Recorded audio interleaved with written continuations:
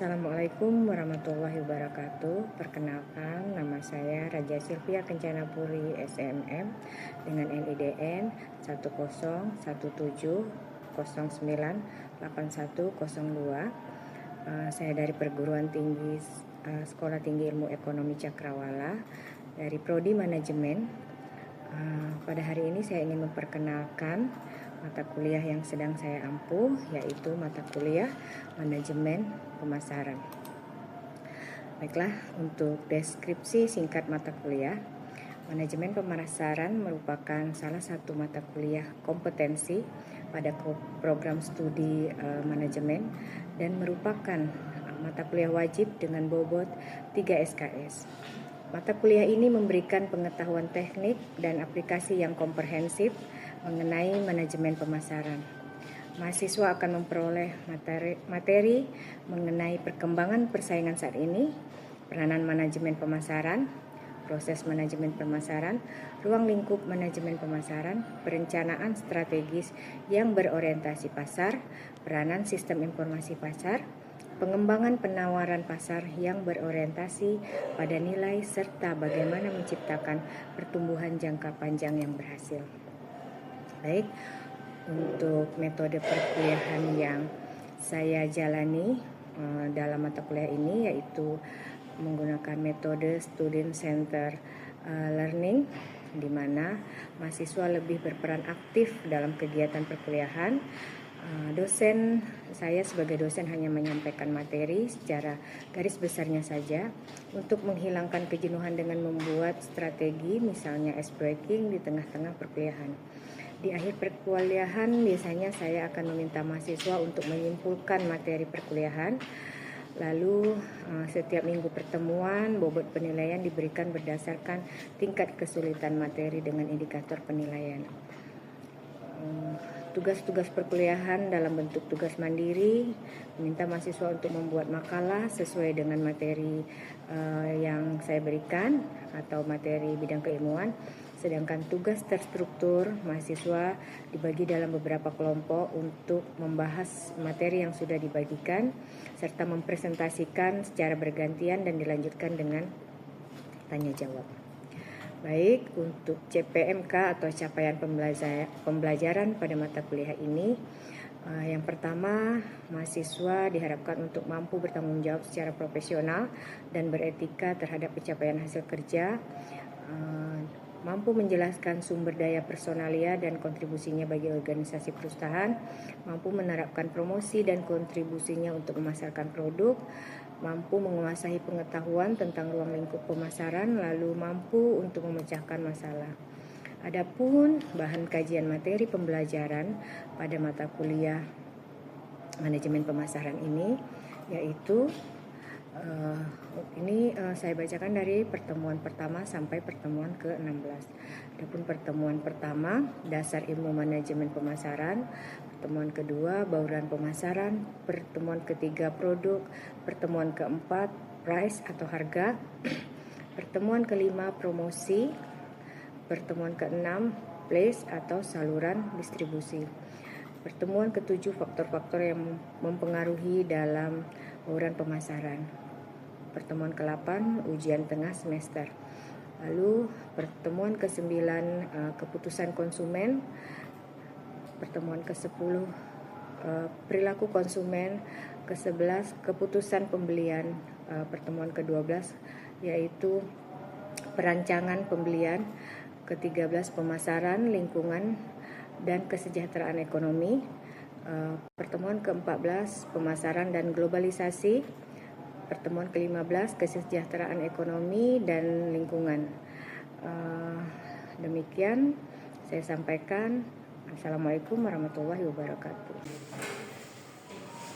Assalamualaikum warahmatullahi wabarakatuh. Waalaikumsalam warahmatullahi wabarakatuh. Selamat sore.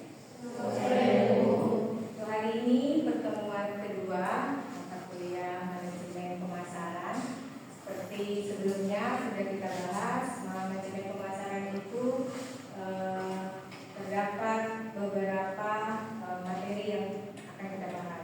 Kemarin kita sudah bahas konsep dan teori dari manajemen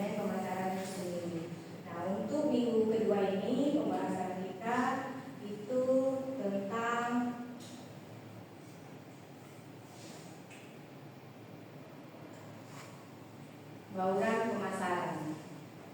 Bauran pemasaran. Apa itu bauran pemasaran? Boleh dibaca, Carla? Bauran pemasaran? Bauran pemasaran marketing mix adalah kombinasi variabel atau elemen pemasaran yang dapat dikendalikan oleh perusahaan untuk mencapai tujuan di pasar sasaran. Bauran pemasaran terdiri dari konsep 4P, yaitu produk, place, tempat, price, harga, promosi. Baik. Jadi bauran pemasaran itu di dalam ilmu manajemen pemasaran ada 4, yaitu produk, place, price atau harga, atau dan yang keempat promosi. Nah, untuk bidang jasa itu bauran pemasarannya ditambah jadi 3. Nanti akan kita bahas di pembahasan terakhir. Bauran pemasaran yang pertama yaitu produk. Boleh dibaca, Erika? Produk adalah segala sesuatu yang ditawarkan di pasar untuk diperhatikan, dimiliki, digunakan atau dikonsumsi sehingga dapat memuaskan keinginan atau kebutuhan konsumen. Oke, itu produk. Bisa kita contohkan produk. Siapa yang bisa mencontohkan contoh dari produk dalam sebuah pemasaran? Apa bentuknya, seperti apa? Ya, itu salah satunya produk kosmetik. Lagi? Yang bisa? Makanan. Makanan contoh produknya biasanya apa? Makanan siap saji. Seperti misal contoh kopi, minuman kemasan, makanan kemasan, mie instan, itu kan sebuah produk dalam sebuah perusahaan atau sebuah industri.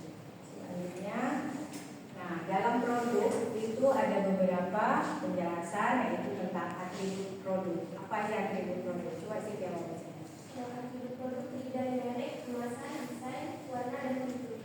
Ya, jadi atribut produk. Produk itu dikemas, nanti dikasih merek, dikemas sedemikian rupa, didesain hingga produk itu bisa dipasarkan.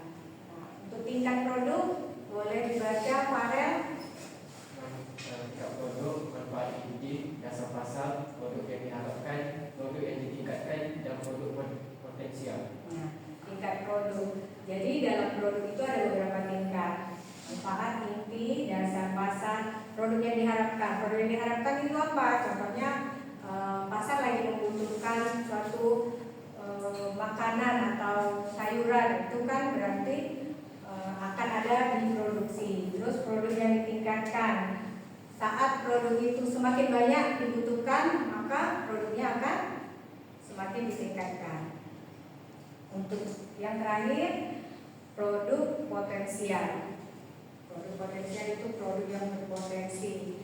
Jadi semakin bagus produk itu, maka akan semakin banyak konsumen yang menginginkan produk itu. Yang ketiga, tingkat produk.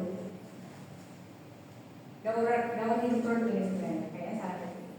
Oke, silakan dibaca. Cynthia. Tingkat produk, tahapan mulai dari perkenalan, introduction, pertumbuhan growth, kedewasaan maturity, hingga penurunan decline. Oke, tahapan mulai dari memperkenalkan. Saat produk itu dikeluarkan, suatu perusahaan itu biasanya akan memperkenalkan produknya dulu ke pasar. Nah, setelah dia memperkenalkan, nanti berjalannya waktu, maka produk tersebut bertumbuh, growth itu bertumbuh. Setelah produk itu berkembang, semakin lama produk itu akan semakin mature, dalam arti dewasa ini berkembang dan semakin bagus gitu. Nah, sehingga kalau yang terakhir itu penurunan. Biasanya produk di pasar itu ada tingkat kejenuhannya. Nah, saat konsumen merasa sudah jenuh dengan produk tersebut, biasanya akan mengalami penurunan. Oke, paham sampai di sini? Selanjutnya pembahasan kita tentang harga. Cynthia siapa? Tri, boleh dibaca Tri? Harga atau price, harga adalah jumlah nilai moneter yang harus ditukarkan konsumen untuk memperoleh manfaat dari sebuah produk.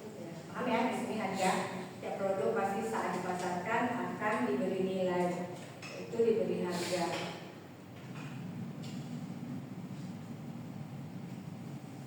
Dalam pembahasan harga ini ada beberapa pembahasan, yaitu yang pertama tentang strategi penerapan harga. Bagaimana harga itu ditetapkan oleh si produsen tadi. Produsen itu perusahaan ya. Suryani, boleh dibaca? Strategi penetapan harga. Strategi penetapan harga berbasis biaya, berbasis nilai, value based, atau berbasis pesaing competition based. Oke, jadi dalam menentukan harga, setiap perusahaan itu biasanya ditetapkan atau berdasarkan nilai. Berapa nilai barang itu? Kayak kita kalau memproduksi penjualan makanan misalnya, bahannya berapa, modalnya berapa, itu kan ada basicnya dari situ. Makanya kita bisa menentukan harga dari produk kita. Bersaing dengan produk yang sama tapi dia harganya lebih rendah, maka kita juga harus mempertimbangkan dari pesaing tadi untuk menetapkan harga. Untuk selanjutnya pembahasan tentang penetapan harga produk baru. Tengku. Penetapan harga produk baru. Strategi penerapan di awal dan Penetration. Penetration harga rendah untuk penetrasi pasar. Di sini strategi skimming, harga tinggi di awal. Nah, biasanya ini untuk produk-produk yang besar ya. Biasanya mereka itu meletakkan harga atau menetapkan harga itu tinggi di awal. Contohnya apa? Kalau yang harganya tinggi di awal, handphone, ya kan? Handphone itu setiap mengeluarkan produk itu mereka pasti karena seri baru pasti tinggi ditaruh harganya. Nah, saat berjalan waktu nanti mereka akan merendahkan harga karena sudah ada saingan baru atau sudah ada seri baru. Nah, di situ. Paham ya? Oke, selanjutnya diskon dan potongan. Rozana mana? Oke. Diskon dan potongan. Kebijakan potongan harga tunai, jumlah pembelian atau musiman. Jadi untuk sebuah produk atau produksi dari barang ini biasanya si perusahaan punya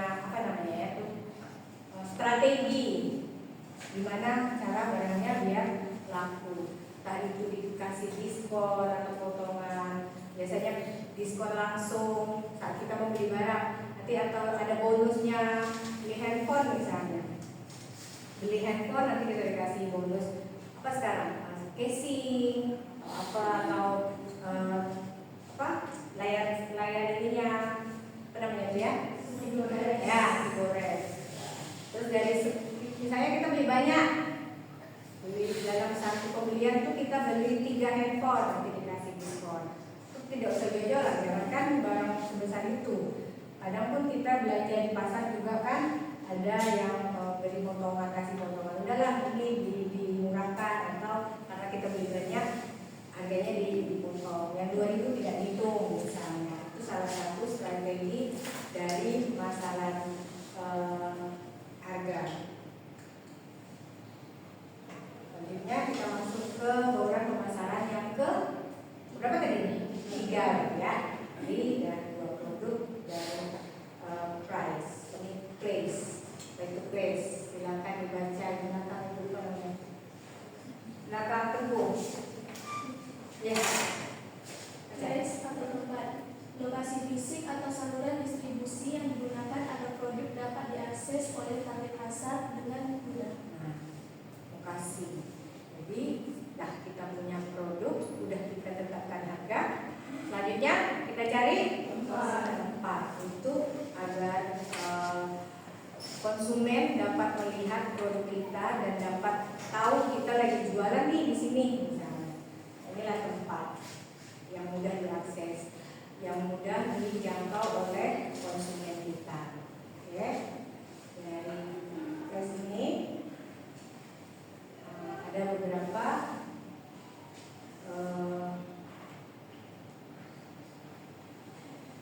aspek yang terdapat dalam di flash tadi. Yang pertama periklanan. Siapa yang belum baca? Oh, ada baca belum? Sudah. Siapa yang baca? Jasa. Boleh baca periklanan. Periklanan atau Advertising. Komunikasi non personal melalui media digital, televisi maupun cetak. Ya. Sekarang periklanan, kita mengiklankan produk nih ceritanya. Komunikasi non personal melalui media. Sekarang kan setiap orang yang sudah punya produk bisa mempromosikan barangnya dengan mudah, tidak sesulit dulu. Kalau dulu orang mau mempromosikan barangnya harus bikin iklan ke TV kalau mau yang besar ya. Sekarang dengan mudah karena sudah ada medsos untuk mempromosikan barang mereka jauh lebih mudah dari sebelum-sebelumnya, tahun sebelum ada media sosial. Untuk penjualan personal, Suci ya, Suci baca Suci. Penjualan personal selling, interaksi tatap muka langsung dengan calon pembeli. Ini bisa kasih contoh tidak? Personal selling. Contoh dari personal selling. Kalian pernah mengalami tidak? Penjualan secara berinteraksi tatap muka langsung. Pernah lah pasti kan? Kita semua pernah. Salah satunya ya kalau kita belanja langsung ke tokonya. Terus ada sekarang kan sales yang mempromosikan barangnya ketemu sama kita langsung sebagai konsumen. Ya, jadi calon pembeli itu menemui langsung si penjualnya. Oke, yang ini misalnya bedanya promosi penjualan. Coba Sakila, Rasika baca. Promosi penjualan atau sales promotion. Sales promotion. Insentif berbeda atau diskon kupon free untuk kelompok pembeli. Nah, ini tadi sempat kita bahas juga ya, sales promotion. Jadi si penjual mempromosikan barangnya itu dengan beberapa cara. Itu antara lain diskon, kupon, giveaway tahu giveaway? Pernah dengar ya? Kita selalu dengar. Untuk merangsang pembeli agar tergoda. Itulah zaman sekarang tuh kita bilangnya terracuni, ya kan? Kita lihat iklan, sebenarnya kita tidak butuh, tapi karena promosi itu lewat ada giveaway-nya, kita jadi tergoda untuk membeli, ya tidak? Itulah jadi konsumtif ujung-ujungnya anak-anak sekarang. Oke, lanjut. Hubungan masyarakat. Siapa yang belum baca? Itu siapa? Naili. Hubungan masyarakat atau public relation, membangun citra positif brand. Public relation. Jadi dalam sebuah perusahaan itu biasanya itu ada yang namanya PR. Ini lagi nama kerennya PR, public relation. Mereka inilah tim yang biasanya itu ditugaskan oleh perusahaan untuk membangun citra si perusahaan tadi. Mereka akan mempromosikan dengan cara biasanya itu perusahaan jasa juga ada sih biasanya PR untuk kayak kampus ada PR-nya. Mereka tuh yang berhubungan langsung dengan masyarakat. Oke, sampai sini yang udah kita bahas. Ada yang mau ditanyakan? Ada? Belum? Kita lanjut lagi ya. Kita masih ada satu pembahasan lagi. Industri jasa. Jadi untuk industri jasa itu apa namanya tadi? Bauran pemasarannya atau marketingnya itu jadi 7. Tadi kan kita udah bahas 4. Nah, 7 ini apa aja? People, proses, physical, evidence. Nah, jadi kalau untuk produk jasa itu ini jadi 7. Jadi kalau ditanya ada berapa bauran pemasaran, boleh dijawab 4P, lalu ditambah lagi menjadi 7P karena untuk bidang jasa. Apa aja? People, orang Ardiansa, kalau baca boleh?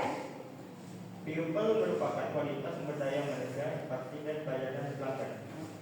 People, orang SDM, sumber daya manusia. Nanti kalian akan belajar. Udah pernah belajar belum mata pelajaran SDM? MSDM.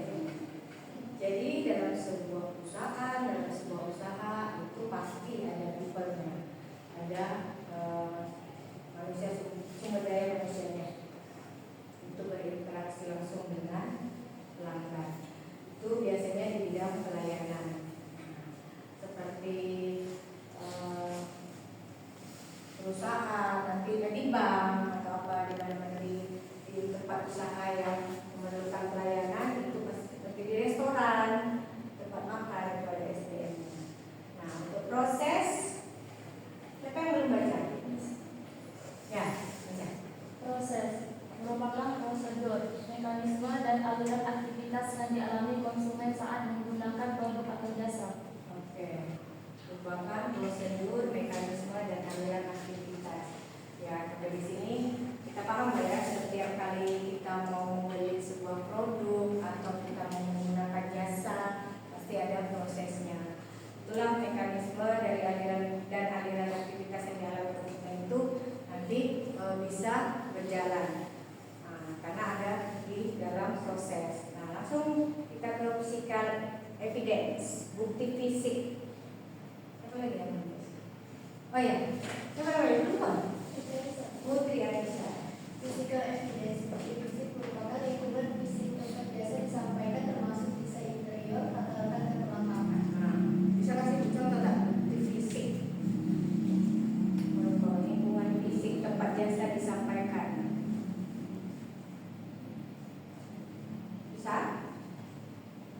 Seperti etalase penjualan. Yang misalnya nih produk itu bentuknya bukan, biasanya bukan sebuah barang gitu misalnya. Jadi tapi mereka harus punya bukti kalau mereka tuh ada gitu. Nah disinilah ada mereka menampilkan apa sih yang mereka mau jual, produk apa sih yang mau mereka jual, misalnya jasa misalnya. Kami menjual misalnya makanan, ada etalasenya gitu. Kayak semacam apa ya, kalau di pameran-pameran, itu kan mereka memperkenalkan produk mereka dengan secara fisik. Misalnya tuh dulu kalian pernah lihat kan kalau ada pameran di acara-acara MTQ atau apa, itu kan mereka buka etalase produk apa sih yang mereka tawarkan begitu. Nah, untuk pembahasan kita hari ini ada yang mau bertanya sebelum kita tutup? Setelah kita tanya jawab nanti ada kuis, dibawa ke rumah ya jelas. Ada yang mau tanya? Ya. Nama saya mau bertanya, nama saya Ika Kayosani. Bagaimana jika satu elemen 4P berubah, apa dampaknya ke elemen lain? Oke. Baik, ada lagi yang mau tanya? Perkenalkan, nama saya Nurul Sita. Saya ingin bertanya, di era digital, elemen base atau tempat itu kan sudah berubah total. Ya. Nah, jelaskan bagaimana perubahannya dan berikan contoh untuk jasa pendidikan. Baik, untuk pertanyaan Intan tadi ya, kalau salah satu dari 4P ini ada yang berubah bakal mempengaruhi. Kalau menurut itu sih mempengaruhi. Misalnya nih harga, kita harganya kita jual produk misalnya kopi. Produk awalnya itu karena kita penjualan kecil-kecilan, UMKM, kita taruh harga di 10.000 ya. Kalau suatu hari kita mau menaikkan harga nih, jadi 15.000 atau 18.000, itu akan mempengaruhi ke tempat yang lainnya, karena otomatis si konsumen akan membandingkan, akan berekspektasi tinggi nih dengan kita punya produk yang awalnya tadi 10.000, setelah 15.000, apa sih yang kita jual, apa sih yang bikin harga kita naik, apakah kita punya produk menjadi semakin high class, apakah sama dengan penjualan di mall yang tadinya kita UMKM di jalan misalnya. Jadi untuk konsumennya sendiri, untuk dari price akan mempengaruhi ke place, kita akan merasa dibanding, bukan merasa, konsumen akan merasa kita kenapa menjual produk lebih mahal. Nah, itu akan mempengaruhi dengan pendapatan juga, kan? Nah, akan berkurang konsumennya akan lagi ya gimana? Gimana puas? Itu bertanya tentang nah untuk place sekarang kita udah di dunia digital. Untuk pendidikan ya, pendidikan sekarang kita sudah bisa menggunakan website. Jadi itu tidak berpengaruh kalau menurut Ibu. Mungkin dampaknya akan lebih baik setelah ada digitalisasi ini. Untuk pendidikan sendiri Cakrawala contohnya, kita bisa mempromosikan kampus tanpa harus mungkin promosi secara fisik kita tetap lakukan, tapi untuk secara digital itu akan lebih berkembang lagi. Mungkin yang awalnya hanya di Karimun saja, sekarang kita bisa mempromosikan kampus kita di luar dari Karimun. Misalnya kita ke seberang pulau, Tanjung Batu, atau pulau-pulau kecil lainnya, kita sudah bisa mempromosikan lewat kita punya sosmed. Nah, untuk pendaftarannya sendiri, calon peserta atau calon mahasiswa sudah tidak perlu lagi datang ke kampus secara fisik gitu. Udah bisa mendaftar secara online lewat website. Nah, kalian semua pasti tahu kan, kita di Cakrawala ada website, gitu, udah bisa daftar di situ semuanya.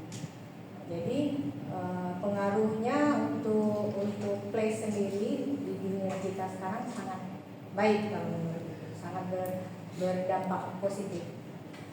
Oke, ada lagi? Baik, untuk pertemuan hari ini